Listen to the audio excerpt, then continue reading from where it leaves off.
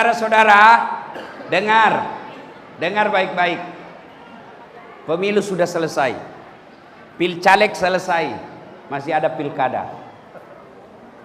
Bulan 11. Jangan kau pilih orang karena kau coblos dia 300.000. Jangan kau pilih orang karena dia kasih kau duit. Tapi pilihlah yang betul-betul kamu yakin bisa membawa kemajuan di tanah Papua. Ya? Bisa? Bisa?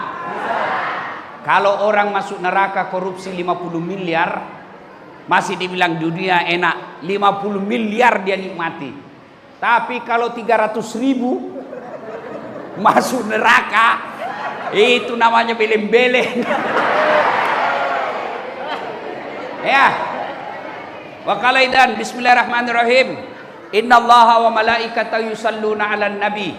Ya ayyuhalladzina amanu sallu 'alaihi wa sallimu taslima. Sesungguhnya Allah dan para malaikatnya bersalawat kepada Rasulullah Muhammad sallallahu alaihi wasallam. Maka wahai orang-orang yang beriman, bersalawatlah kalian kepada Rasulullah dengan sebaik-baik salawat. Maka saya mau ajak bersalawat. Bisa? Bisa? Kita tanding mana lebih kencang suara emak-emak dengan bapak-bapak. Bisa? Nah, yang merasa jenis kelamin bapak-bapak diam. Ibu-ibu dulu, emak-emak. Bisa? Bisa? Ayo ikut salawat bareng-bareng. Bapak-bapaknya diam, laki-laki diam. Sekarang perempuan, ayo salawat bareng-bareng. Salatullah ala toha. Yang di luar, yang di luar ayo. Salatullah salam ala yasin. Masya Allah, nilainya 9,5. Oke, sekarang ibu-ibu diam, bapak-bapaknya yang merasa jenis kelamin laki-laki. Ayo, jangan mempermalukan jenis kelamin kita. Ayo. Ayo Pak, ayo Pak, ayo. Salatullah salamullah ala toha rasulillah.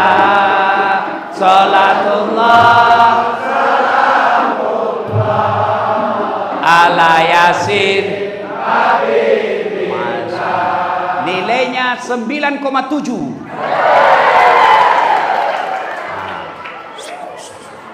Bapak Ibu diam, kita dengar di depan. Ini pangkat AKBP Kombes. Kita dengar pandai ndak dia bersalawat. Ayo Pak Wakil, kita salawat bareng-bareng. Ayo Pak, yuk Pak Tentara. Yang kau diam, lihat ini bosmu. Ya. Salatullah salamullah Rasulullah. Salatullah salamullah alaihi. Nilainya berapa ya? 9,9. Ya, Pak polisi yang undang saya, Bu. Ayo kita selawat bareng-bareng. Ibu, bapak, adik kecil, polisi, tentara, semua yang ada di sini, ayo bareng-bareng semuanya kita satukan salawat.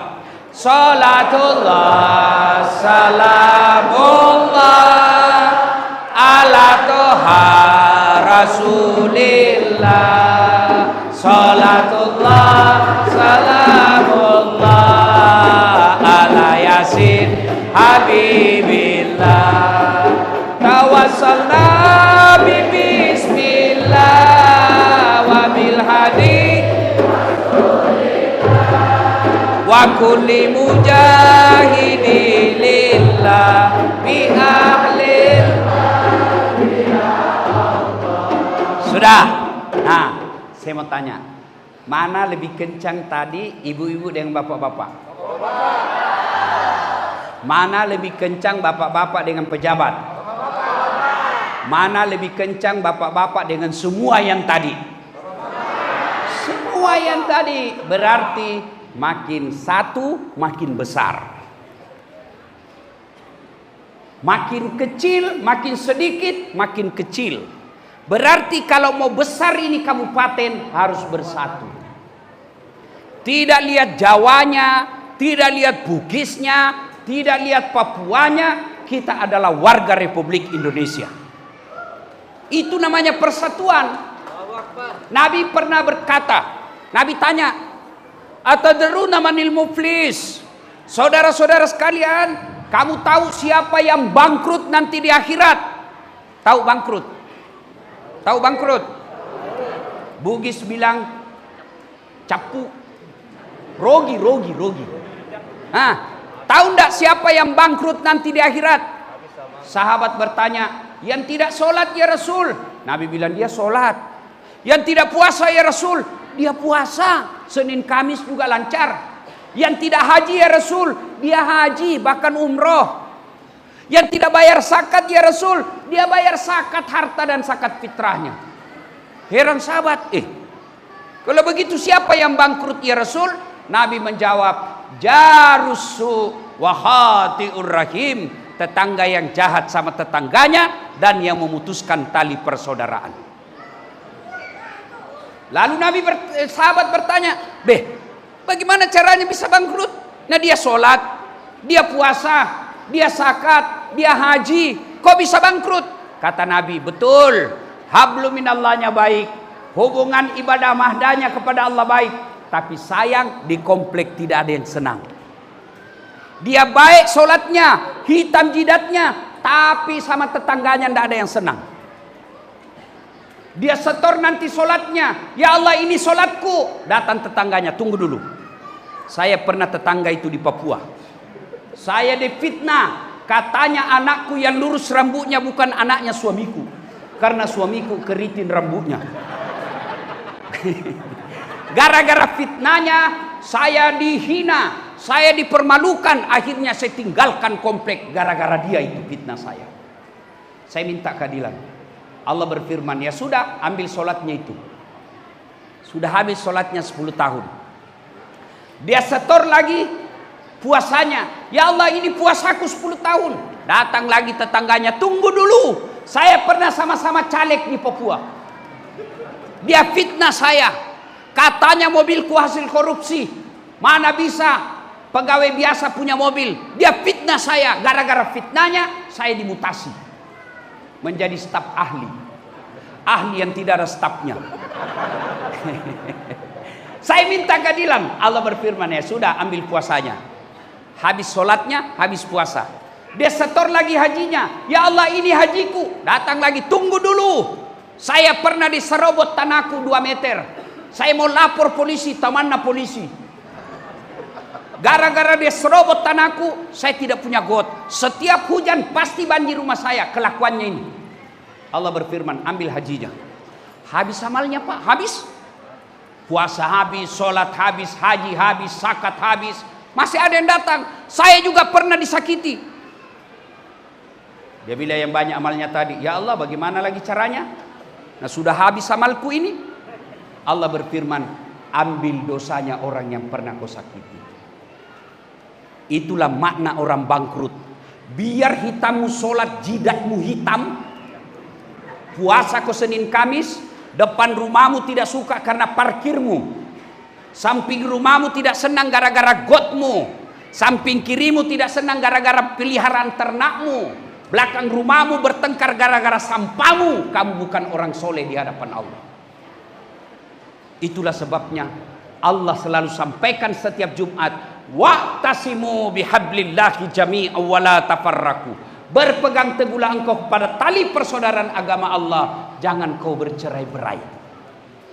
Apa yang membuat orang bercerai-berai? Apa yang membuat orang bermusuhan? Satu, pemilu, pilkada, pilcaleg.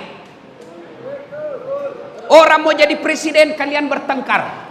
Orang mau jadi bupati, kalian baku musuh. Orang mau jadi anggota DPR, kalian baku hantam. Bodoh namanya itu. Bos, Bu, hei Bu, masih ingat pemilu 2019? Masih ingat? Masih ingat? Siapa yang bertanding? Bapak Jokowi dengan Bapak Prabowo. Siapa yang menang? Bapak Jokowi. Siapa menterinya? Prabowo. Sekarang malah makin akrab. 2009. Satu paket. Kalian sekarang masih baku musuh. Apa namanya kalau bukan beleng-beleng? Iya toh? Sebelum pencoblosan kemarin, Bapak Ketua Partai Nasdem dengan siapa itu? Sekarang baku lampul. Maka jangan kalian baper, jangan kalian bermusuhan gara-gara politik. Politik ini pesta. Tiap 5 tahun kita lakukan. Silahkan pilih jagoanmu, jangan kau hina orang. Orang pilih partai bukan karena suku, bukan karena ras. Pilih mako yang kau suka, tapi jangan kau hina orang. Coba lihat, apalagi janji-janji politik. Hai, kecewa Bapak. Maka politik jalan, pilkada jalan, pilgub jalan, tapi jangan bermusuhan. Politik jangan bermusuhan. Lihat itu, kita lihat baku lawan sama-sama tim sukses. Wajar mereka ribut sama tim sukses. Kenapa? Dia mau jadi menteri, dia mau dapat proyek, tapi kalian mau dapat apa? Jangan ketawa, saya serius ini. Maka jangan bertengkar gara-gara politik. Yang kedua, yang bisa bermusuhan orang, apalagi fitnah, sakwa sangka, gibah. Ibu-ibu, ini penyakit Pak Gosip. Lihat itu ibu-ibu kalau pengajian begini masih gosip itu. Dia duduk-duduk, tidak ada gosip orang Pak, tapi mukanya miring. Orang baru masuk dilihat-lihati. Dia tidak gosip tapi mulutnya dong. Apa?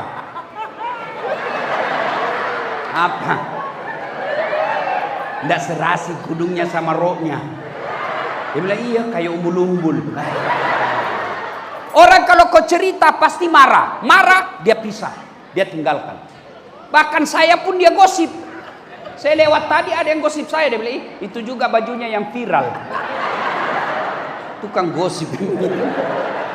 Orang kau cerita, dia tidak bisa lawan. Lambat laun dia tinggalkan, putus persaudaraan. Sekarang, dulu orang gosip mesti ketemu. Dulu orang berfitnah mesti baku hadapan. Sekarang, satu di Maroke, satu di Timika, satu di Makassar, satu di Surabaya, satu di Jakarta. Siapa dia gosip? Temannya yang lagi umroh di grup WhatsApp. Ingat, ada sekarang undang-undang IT. Anda sebarkan berita bohong, Anda sebarkan berita fitnah, keberatan yang ada dalam situ, dia lapor, masuk ibu penjara. Begitu diperiksa sama polisi, saya tidak tahu Pak. Andai saya tahu, tidak. Apalagi sudah jadi BAP-mu. Maka hindari gosip. Ibu-ibu, kalau diajak kau gosip orang, ucapkan na'udzubillah bin zalik. Kita berlindung kepada Allah dari keburukan seperti itu. 3, penyebab orang pecah belah. Apa itu? Sakwa sangka. Sangka buruk. Orang kalau sangka buruk pasti tidak tenang hatinya. Orang kalau sangka buruk, jangankan sebuah kabupaten, dalam satu rumah saja tidak akan akur kalau dia sangka buruk kepada suaminya atau sangka buruk kepada istrinya. Ini ada cerita, wallahu alam benar atau tidak. 5 tahun sudah berkeluarga, tidak punya anak. Akhirnya di tahun ke-6, dia datang ke dokter ahli kandungan. Periksa istrinya. Tek. Kata dokter, Bu, alhamdulillah ibu sudah terlambat 2 bulan. Kata istrinya, alhamdulillah, terima kasih dok. Dia telepon suaminya, Pak, alhamdulillah saya sudah terlambat 2 bulan. Kata suaminya, alhamdulillah, sujud syukur. Kata suaminya, jangan kau cerita nah. Kalau kau cerita tidak jadi, malu lagi kita. Oke, rahasia berdua. Iya Pak. Selang beberapa hari datang petugas PLN. Assalamualaikum. Kata ibu, waalaikumsalam. Siapa ya? PLN. Kenapa Pak? Ibu terlambat 2 bulan. Kenapa bisa dia tahu saya terlambat ini? Nah, dia mulai sakwa sangka sama suaminya. Pasti ini suamiku lagi yang cerita ini. Pasti dia lagi cerita, hanya rahasia berdua. Pasti dia yang kasih bocor. Datanglah suaminya jadi dari sawah. Assalamualaikum sayang. Apa sayang? Kamu memang pembohong. Apalagi? Kenapa itu PLN tahu saya terlambat 2 bulan? Pasti kau yang kasih bocor. Dia bilang suaminya, bukan saya. Suaminya marah, dia datang ke PLN. Ada apa kau tahu istriku terlambat 2 bulan? Dia bilang ada catatannya Pak. Hapus itu catatannya. Boleh hapus Pak, tapi Bapak bayar dulu.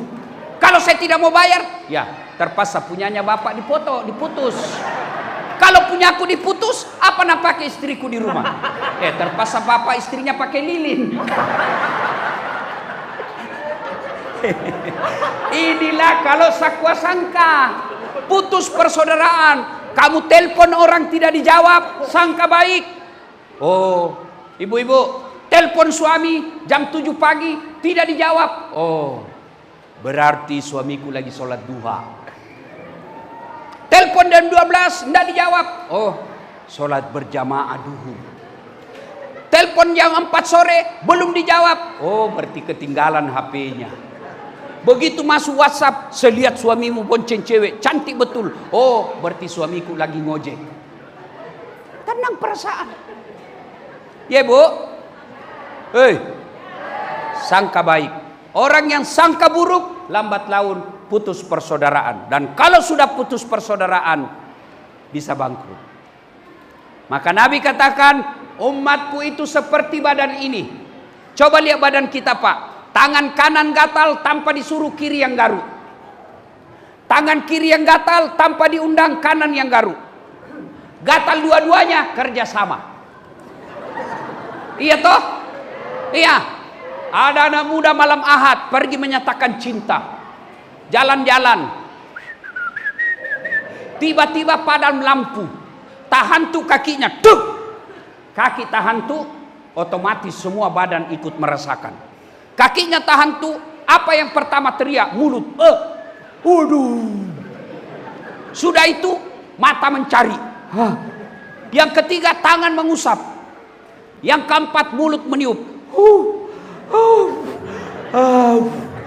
Iya toh? Padahal kaki yang luka semua ikut merasakan. Tidak ada orang tahan tuh kakinya. Rasa kok, piko jalan kok lagi. Iya kan? Begitu mestinya kita di tanah Papua. Satu sakit, yang lain ikut merasakan. Ada yang ganggu bupati kita, rakyat tanah Papua. Jangan kau ganggu bupati. Kalau kau ganggu bupati, kami rakyatnya akan kau lawan. Ada yang coba ganggu tentara polisi, jangan ganggu tentara kami. Jangan ganggu polisi kami. Kalau kau ganggu tentara polisi kami rakyat di sini kau lawan. Polisi juga begitu. Jangan kau tipu rakyat kami. Kalau kau tipu rakyat, saya penjara kamu. Itu yang namanya uhuwa, saling bersatu. Coba lihat tangan kita ini Pak. Kalau dia kompak, 5 jari bisa jadi tinju. Kalau dia ganggu orang istri tak, 5 jari, 1. Tapi kalau dia cuma jari kelingking, apa bisa nak kerja ini?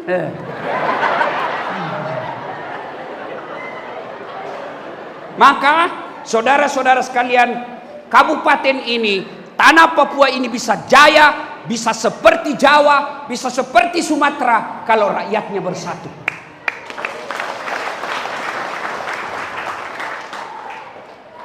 Jangan berpecah belah. Pilihan boleh beda, tapi jangan bermusuhan. Kepada saudara-saudara kami orang Papua yang mau menerima kedatangan kami di tanah ini, dengan lapang dada, saudara-saudaraku yang orang kata kulit hitam, rambut keriting, sehingga kami bisa cari nafkah dan hidup beribadah di tanah Papua. Sebagai tanda terima kasih kalian pendatang, bangun kampung ini. Jangan lagi kau berkata saya orang Jawa, saya orang Bugis, saya orang Padang. Kalian bukan orang siapa-siapa, kalian rakyat Indonesia yang diikat sila ketiga Persatuan Indonesia. Cari satu, bersatulah. Pesan yang kedua, Bapak Ibu, tidak ada orang tidak ada masalahnya. Apalagi kalian para perantau. Mana ada orang tidak ada masalahnya? Ini di depan saya. Muka-muka penuh masalah semua ini. Ya. Ini yang bicara. Kok kira tidak ada masalahku? Banyak masalah saya, Pak. Saya ini laki-laki jarum super. Jarang di rumah suka pergi. Tapi saya bukan laki-laki jisamsu. Janji manis nyatanya palsu. Masya Allah. Apa masalah saya? Selalu jauh dari keluarga. Mamanya cek selalu komplain. Kenapa kau jarang di rumah? Jalan-jalan aja. Datang 1 hari, pergi 1 bulan. Saya cuma tidak marah. Saya tidak kecewa. Saya tidak marah. Saya cuma jawab lagu. Tiap hari engkau ku tinggal pergi. Bukannya aku sengaja. Demi kau dan si buah hati, terpaksa aku harus begini. Ya. Masya Allah. Ini tanya Pak Wakil. Semua yang kerja di kantor bupati ada masalahnya. Apa masalahnya waktu mahasiswa? Mau jadi pegawai. Sudah pegawai, sudah selesai masalahnya? Tidak, mau jadi kepala bagian. Sudah jadi kepala bagian, selesai masalahnya? Tidak, mau jadi kepala dinas. Sudah kepala dinas, selesai masalahnya? Tidak, mau jadi sekda. Sudah jadi sekda, selesai masalahnya? Mau jadi wakil bupati. Sudah wakil bupati, selesai masalahnya? Mau jadi bupati. Sudah jadi bupati, selesai masalahnya? Mau 2 periode. Sudah 2 periode, ditangkap KPK. Semua ada masalah. Ini lihat. Ini bapak-bapak polisi. Yang 1 bunga itu namanya kompol. Selesai masalahnya? Tidak. Mau jadi AKBP, 2 bunga. Sudah 2 bunga, selesai masalahnya? Mau 3 bunga. Sudah 3 bunga, mau jadi jenderal bintang 1. Sudah jadi jenderal, selesai masalahnya? Pensiun. Tidak ada masalahnya. Paling besar masalahnya ini bapak-bapak polisi takut semua sama istrinya. Biar Pak Kapolda. Mana ada polisi tidak takut sama istrinya? Saya bilang temanku, bukan kita takut sama istri Ustaz. Cuma ini istri selalu melapor sama istrinya komandan. Dan komandan juga takut sama istrinya. Kalau saya komandan tidak takut sama istri. Tidak ada orang Bugis takut sama istrinya, Pak. Tidak ada. Ya betul, Pak. Tidak ada orang Bugis takut sama istrinya. Cuma istrinya lebih berani. Salatullah ala Toha Salatullah ala Yasin. Semua orang punya masalah. Para nabi ada masalah. Bapak polisi ada masalah. Bapak-bapak tentara ada masalah. Wakil bupati ada masalah. Ulama ada masalah. Dasat ada masalah. Semua kita punya masalah. Istri cantik, bapak pikir bukan masalah? Istri cantik nagoda orang istri tak masalah. Apalagi kalau suaminya jelek, tambah masalah lagi. Berarti bagus kalau istri jelek. Istri jelek dihina orang, masalah. Kita lagi yang malu jalan sama dia. Duluan aja dek, nanti kita ketemu di gedung. Sampai di gedung dia bilang istrinya, "Mana kau bang?" "Nggak jadi dek, mencerai saya." Istri cantik masalah, istri jelek masalah. Semua orang masalah. Ada orang belum menikah sudah punya rumah, tapi apa masalahnya? Nggak ada anaknya. Ada orang sudah 2 anaknya menikah. Ada masalahnya. Apa masalahnya? Tidak ada rumahnya. Ada orang punya rumah, punya anak. Apa tidak ada? Ada masalahnya. Apa? Suaminya selingkuh. Semua orang punya masalah, Pak. Maka Allah sampaikan, Pak tentara, Bapak polisi, ASN, rakyat, ada masalahmu? Allah tidak bilang kau dokter dulu. Ada masalahmu? Kau jadi anggota DPR dulu, tidak. Ada masalahmu? Kau jenderal dulu. Ada masalahmu? Kau kapolsek dulu, tidak. Allah cuma minta 2. Ista'inu bisobri wassalah. Sabar. Saudara-saudara, adik-adikku, bapak polisi, sudah lama tugas di sini, jauh dari keluarga. Rasanya mau pergi kembali, tapi apa boleh buat, SK belum keluar. Sabar. Tidak ada mikada itu sabar. Adik-adik polisi, komandan selalu marah-marah. Sabar. Kenapa? Namanya kau anak buah. Masa kau mau marah sama Kapolres? Tidak mungkin. Ustaz, istriku jelek. Sabar, itu nasibmu. Kenapa? Karena kalau dia cantik, dia malu jalan sama kamu. Kenapa? Karena kau juga jelek. Iya toh? Coba kalau ilmu sabar dipakai, aman.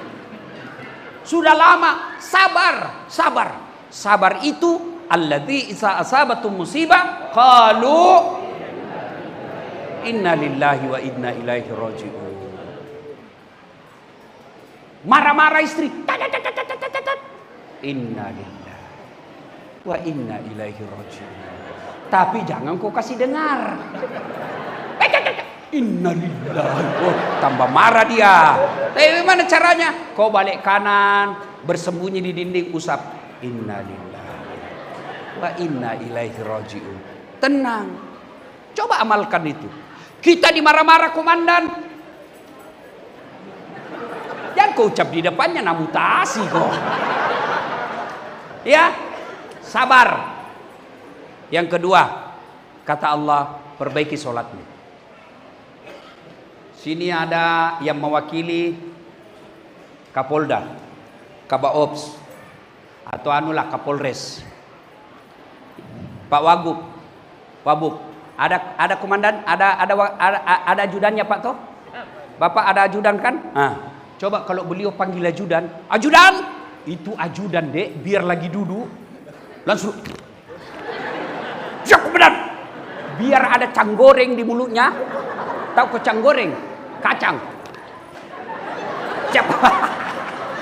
Iya toh? Iya Pak ya? Ajudan, siap komandan. Siap salah. Padahal ini ada pensiunnya. Ada mutasinya. Begitu takutnya kita. Mana ada ajudan dipanggil? Ajudan, tunggu dulu komandan. Diinjak lehermu. Ajudan, bapak ndak lihat saya sibuk. Tidak mungkin. Padahal beliau ada pensiunnya, ada mutasinya. Tapi begitu takutnya polisi sama komandannya. Lalu kenapa ketika Allah panggil, hayya 'alas shalah, sini kok sholat. Hayya 'alal falah, sini. Bapak Ibu tahu enggak itu artinya hayya 'alal falah?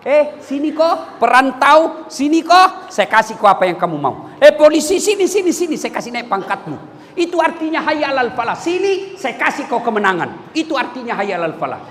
Tapi Allah panggil, sini. Apa jawaban kita? Tunggu. Tuhannya dia suruh menunggu. Kapolseknya tidak berani. Siap. Tuhannya tunggu.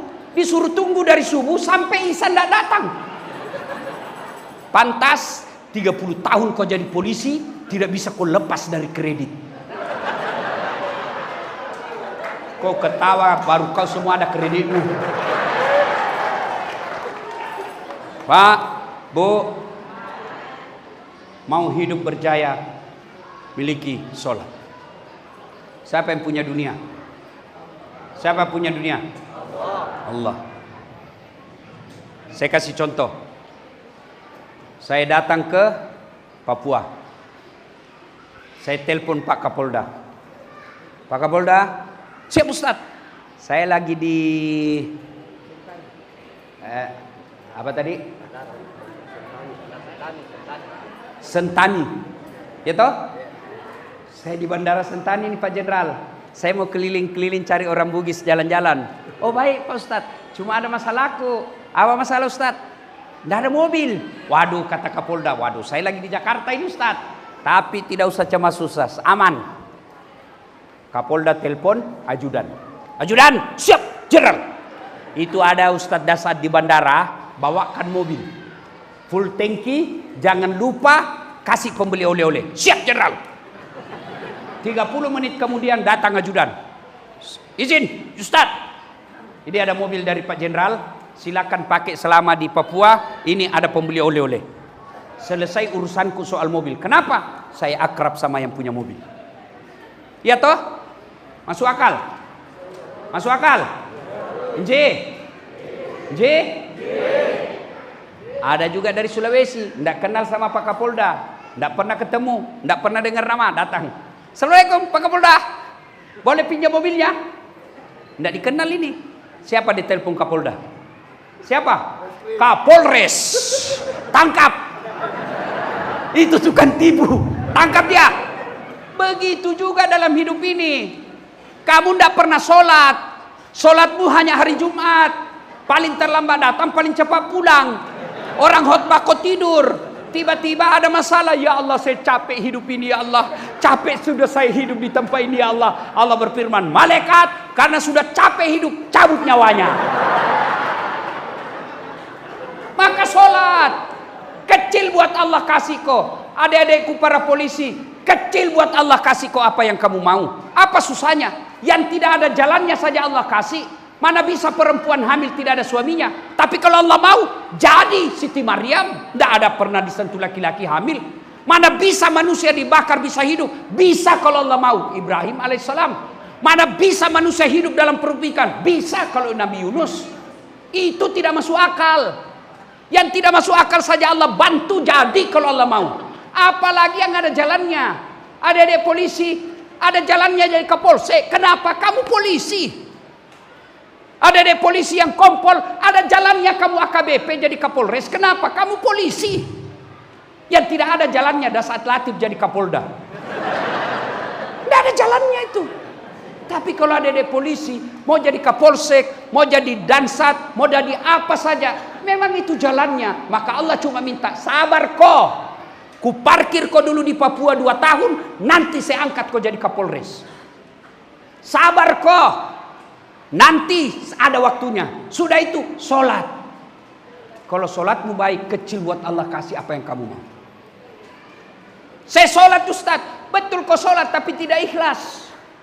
Hayya 'alas sholat. Asar lagi. Tidak ikhlas. Saya sholat Ustaz. Betul kau sholat tapi main-main. Sholat kayak tidak serius sekali. Allah.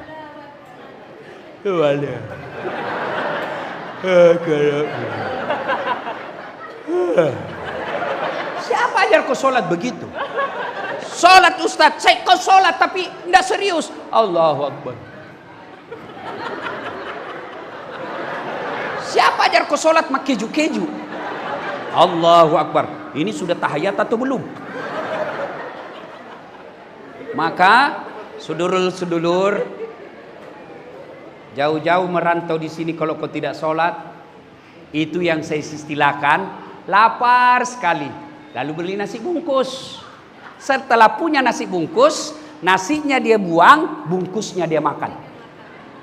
Itulah yang disebut jauh dari Jawa, jauh dari Sumatera, jauh dari Sulawesi, jauh dari Ternate, datang merantau ke sini cari uang, sampai di sini tidak sholat. Itu yang saya istilahkan cari makan. Dapat nasinya dia buang, bungkusnya dia makan. Sholat. Kalau sholat, Allah kasih apa yang kamu mau. Ya, ibu bapak saudara-saudara sekalian, banyak yang ingin kita sampaikan, tapi waktu jualah yang membatasi kita. Pesan, kenapa? Terus. Kok kira saya tukang parkir? Terus Ustaz ini. Ya. Nah, kita datang lagi ke sini nanti selesai pilkada. Ya. Kita doakan Pak Kapolda sehat walafiat. Kita doakan beliau terwujud cita-citanya. Pilkada di tanah Papua damai. Sudah pilkada kita datang lagi insyaallah. Bersyukur kepada Allah ada Kapolda kita yang bisa mendatangkan Ustadz Dasat. Bukanlah perkara yang sombong, bukan perkara mengada-ngada, tidak gampang untuk mendatangkan saya Pak. Bukan karena saya pilih-pilih, tapi memang ngantri acara. Banyak yang ngantri acara, Pak. Tapi karena saya suka Pak Kapolda, beliau orangnya santun, beliau orangnya baik, dermawan, dan yang paling penting lagi seakidah dengan kita. Kapolda tidak mungkin dibantu kasih uang. Apa sumbangannya Kapolda? Memberikan pengamanan kepada rakyat Papua. Itulah sumbangannya. Sumbangannya bapak-bapak polisi menjadi pengayom, pelindung dan pelayan masyarakat. Dan spesial sumbangan Pak Polisi hari ini mendatangkan tablik akbar Ustadz Das'ad Latif. Pesan khusus, jaga kedamaian dan ketentraman tanah Papua, karena kalau tanah Papua damai, maka yang menikmati kedamaian itu orang-orang yang hidup berdiri di tanah Papua. Tapi kalau Papua ini ribut, maka yang pertama rugi dan mengalami kerugian besar bukan orang yang ada di Jawa, bukan orang di Sulawesi, tapi orang-orang yang berdiri di tanah ini. Maka kita punya kewajiban untuk menjaga kedamaian dan ketentraman. Bersama-sama kita membangun tanah Papua supaya tanah Papua bisa sejajar dan semartabat dengan negeri-negeri yang lain, provinsi yang lain ada di Indonesia. Caranya, jaga kesatuan, pelihara sholat dengan sebaik-baiknya, insya Allah banyak berdoa, Allah memberikan. Walau anna ahlal qura amanu wattaqau lafatahna alaihim barakatim minas sama'i wal ard. Maka kata Allah, aku turunkan keberkahan dari langit dan keberkahan dari dalam